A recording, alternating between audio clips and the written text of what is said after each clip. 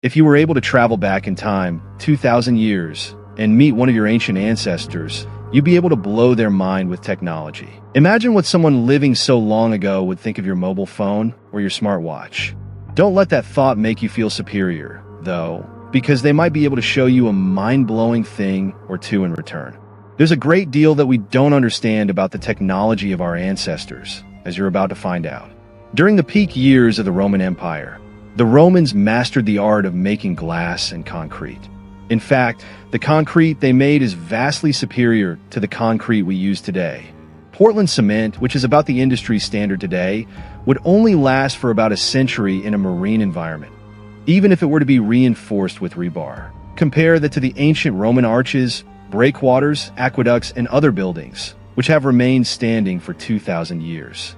Even in highly corrosive salt water, Roman concrete remains intact. That's all down to the way they made it. The Romans combined volcanic ash and lime to create mortar, then mixed it with volcanic rock as aggregate. You could find evidence of this in the construction of the Pantheon and also Trajan's markets in Rome. Using this mixture means that the Roman concrete that still exists today is full of tobermarite, zeolite, and philipsite. These minerals got there as seawater found its way into the concrete and reacted with the lime and volcanic ash, creating the interlocking minerals and filling void spaces. Exposure to seawater made the concrete stronger, not weaker. As for the reasons we don't use it today, nobody's ever been able to get the mixture quite right since the fall of the Roman Empire. The Inca created hundreds of incredible stone monuments in Peru, and nobody really knows how. In many places, the stones appear to have been sliced through like butter to achieve their current shapes, but that ought to be impossible. What if it wasn't, though? What if our ancient ancestors knew of a way to soften stone by mixing different plants together and applying the mixture to the surface of hard rock? That sounds ridiculous, but it's a suggestion that comes from the Inca's records.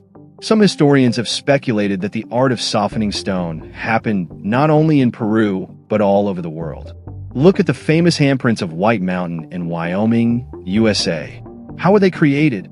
Clearly, somebody carved them into the rock, but the carvings are smooth and look like they were left in wet cement. The existence of such a plant mixture would certainly explain how our ancestors were able to move, cut, and shape enormous stones that weigh hundreds of tons. The big question, of course, is what these plants could have been and where to find them if they ever existed at all. Perhaps they were overused to such an extent that one or more of the species of plants involved in the mixture is now extinct. The Iron Pillar of Delhi was created more than 1,500 years ago.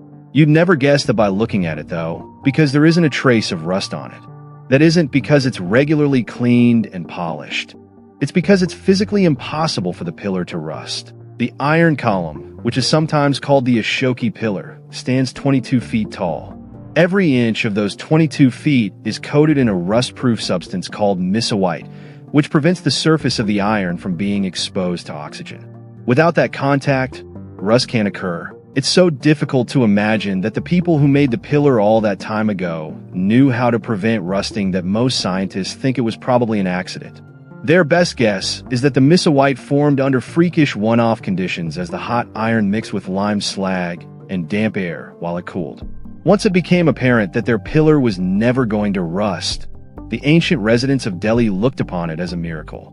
The idea that this was a happy accident is backed up by the fact that no other rust-proof Indian objects from this era have ever been found. We're staying in India for a moment because we have a very strange carving inside a temple to look at. This is the Panchavarnaswamy Temple in Warrior, Tamil Nadu, and it's more than 2,000 years old. That means the carvings on its walls are also presumably more than 2,000 years old, and so we have a problem. Here, plain as day, we see a carving of a man riding a bicycle. That shouldn't be possible because the bicycle wasn't invented until the 18th century. Still though, there doesn't seem to be anything else that this carving could represent. Whatever this person is sitting on has two wheels, spokes, a frame, and handlebars. The presence of the bicycle carving inside the temple remains an unexplained mystery. The only plausible explanation seems to be that the temple was renovated during the 1920s. This is around the same time that chain-driven bicycles entered mass production and became popular. So it's possible that an artist of the time thought it was a fine idea to deface an ancient temple by adding bicycle graffiti. That theory isn't proven, though, and anyone caught performing such an act of vandalism would likely have faced dire consequences. If you needed a high-quality sword during the Middle Ages, you'd insist that your sword maker fashioned your weapon out of wood steel, also known as Damascus steel. It was known as the hardest steel in the world at the time, but its origins go back much earlier than the Middle Ages. It's another Indian invention, and it began there more than 1,000 years before anyone else discovered the recipe and the process for making it. Damascus steel is a type of crucible steel, by which we mean it's made by melting all the ingredients together in a crucible mold and then pouring it into a cast. It's possible that the word woots is a corruption of the South Indian word uku, which means steel. The first record of the word in the English language comes from the late 18th century. By then, the Indians have been making it for about 2,000 years. The quality of Indian steel is even referred to in the records of Alexander the Great. It's thought that the secret of how to make Damascus steel was protected, passed down from father to son, rather than being written anywhere. That allowed India to monopolize the production and export of the metal for hundreds of years. In April 2021, northern Peru struggled with the consequences of a prolonged drought. In an attempt to solve the problem, farmers turned to a gift left to them by their ancient ancestors. Unable to obtain sufficient water via conventional means, the farming community began restoring the network of pre-Columbian stone canals in the region, all of which are more than 1,000 years old. The locals refer to the canals as amunas and believe they were created by the native inhabitants of the Huaracairi province around 1,400 years ago. That dates them to a time not only before the arrival of Europeans, but also before the emergence of the Inca. The cleverly designed canals follow the slopes of the mountains and direct runoff rainwater to areas of permeable rock and soil, where it slowly filters through and fills aquifers before descending into springs weeks or even months later.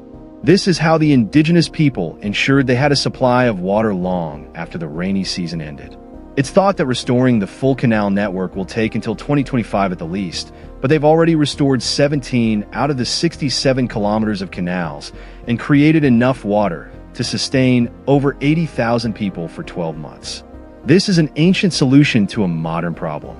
Peru contains many fantastic examples of ancient technology, so let's stay there a little longer and talk about puquios. It's thought that this hydraulic system was created by the Nazca culture, who were also responsible for the world-famous Nazca lines. From above, this site looks like a spiral carving and could be interpreted as a work of art, but it serves a far more practical purpose than that. The spirals are surface channels leading to reservoirs and aqueducts beneath the ground.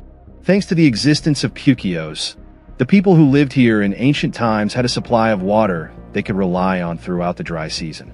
That was especially important in this part of the world because the dry season could sometimes last more than a full calendar year.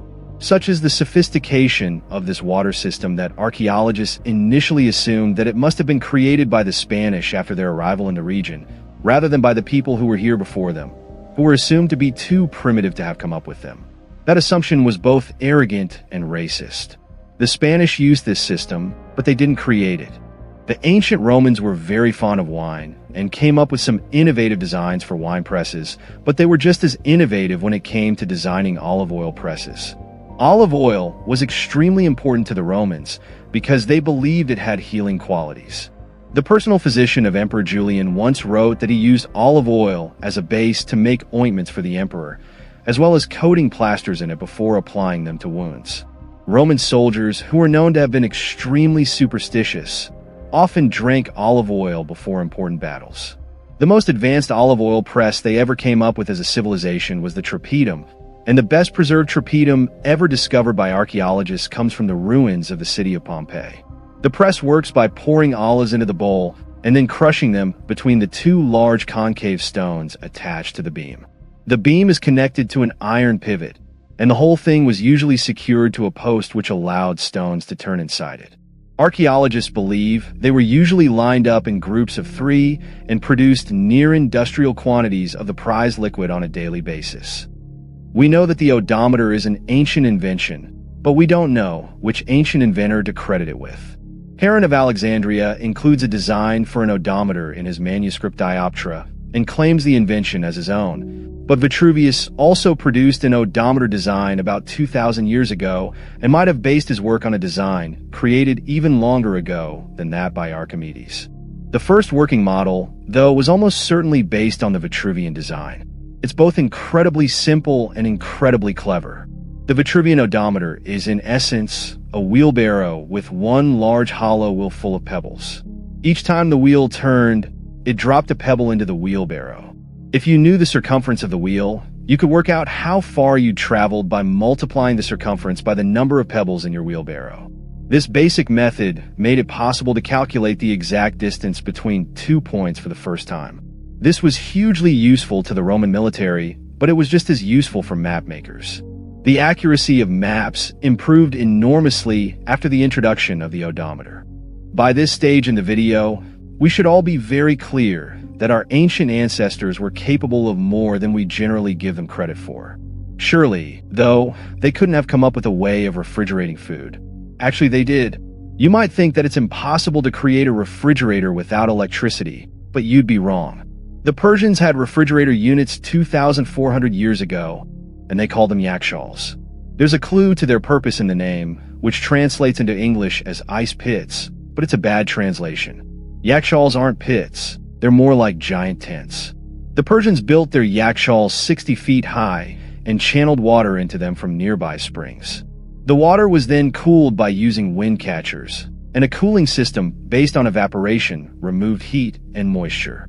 To finish things off, the exterior of each yakshal was coated with thick layers of sand, clay, egg whites, and goat hair to reflect the heat of the sun and ensure the contents remained chilled. We imagine those outer surfaces gave off an incredible stink, but so long as they kept the food inside them fresh, they were doing their job. We've looked at a few hydraulic systems in this video, but not one that's older than this next stunning example of ancient technology. It was discovered in the lower Yangtze River area of China in December 2017, and archaeologists believe it to be one of the oldest water management projects in the world. Flooding was a constant risk to the people who lived here 5,000 years ago, and so they did something about it over the course of about 50 years. They dug out canals, piled the land to create dams, and introduced a gating system so they could control the flow of water. The system they created is spread across 10,000 hectares of land. 10 million cubic feet of earth were moved in the process. Experts estimate that creating just one of the larger dams would have taken a team of 3,000 people 8 years to accomplish. As huge as this water management system was, it ultimately failed. The ancient city of Lianzhou was claimed by an enormous flood around 4,200 years ago, leaving the entire area buried beneath 2 feet of clay and forcing its abandonment. There were many ways of marking the passage of time between the invention of the sundial and the invention of the clock. For the ancient Egyptians, one of those methods was the marquette. It looks like a simple device, but it isn't. A marquette is made from a bar of wood or bone covered in notches and carvings. The bars are attached to weighted plumb lines. There are 24 notches along the length of the bars, but that isn't one for each hour of the day. There's a specific notch for sunrise, another for sunset, 8 to track the movements of celestial bodies through the night sky, and the other for tracking the sun throughout the day. A marquette is more useful than a sundial because a sundial struggles to track time after the sun goes down, even if the moon is bright. Some archaeologists think that marquettes may also have been used to measure angles, which would have been useful when designing and constructing temples. The oldest marquette we are aware of is on display to the public at the Science Museum of London in England and is about 2,600 years old. However, that's not to say that the first marquette wasn't made long before then. Subscribe to the channel, turn on the notification bell, and enjoy watching new videos on my channel. Thanks for watching, and see you soon.